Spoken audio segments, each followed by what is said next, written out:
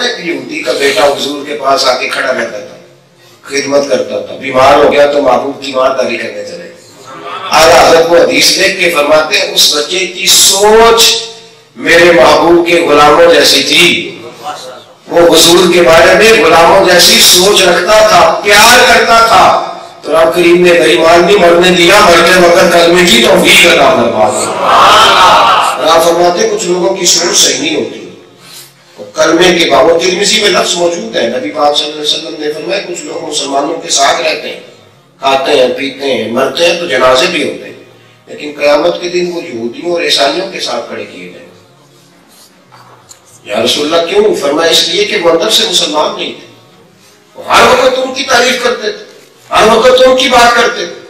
سوچ صحیح رکھی، پھر آگے بڑھے تو دنیا کے بارے میں، امت کے بارے میں، اولیاء کے بارے میں۔ اعلیٰ حضرت فرماتے ہیں بزرگوں کا کوئی عمل دیکھو نا تو اس کی تعبیر کرنے کی کوشش کرو، کوشش کرو کہ یہ بزرگ جو کر رہے ہو سکتا ہے میری سمجھ میں نہ آ۔ آپ یقین کریں میں پرانے بزرگوں کی بات نہیں کرتا، میں نے تو زیادہ تجربہ بھی نہیں اور میں زیادہ سیاح بھی نہیں، لیکن میں نے اپنے زمانے میں اہل سنت کے جو مشائخ دیکھے ہیں، میں نے ایک سے ایک بڑھ کے ہیرا دیکھا ہے، ایک سے ایک بڑھ کے۔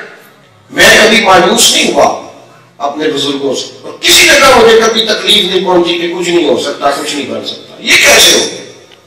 میرے محبوب علیہ السلام نے فرمایا میری امت کبھی گمراہی پر اکٹھی نہیں ہوگی۔ یہ کیسے لوگوں نے سوچ بنا لی کہ کام خراب ہو گیا اب کوئی بھی نہیں رہا؟ یہ کیسی بات؟ سوچ صحیح رہے۔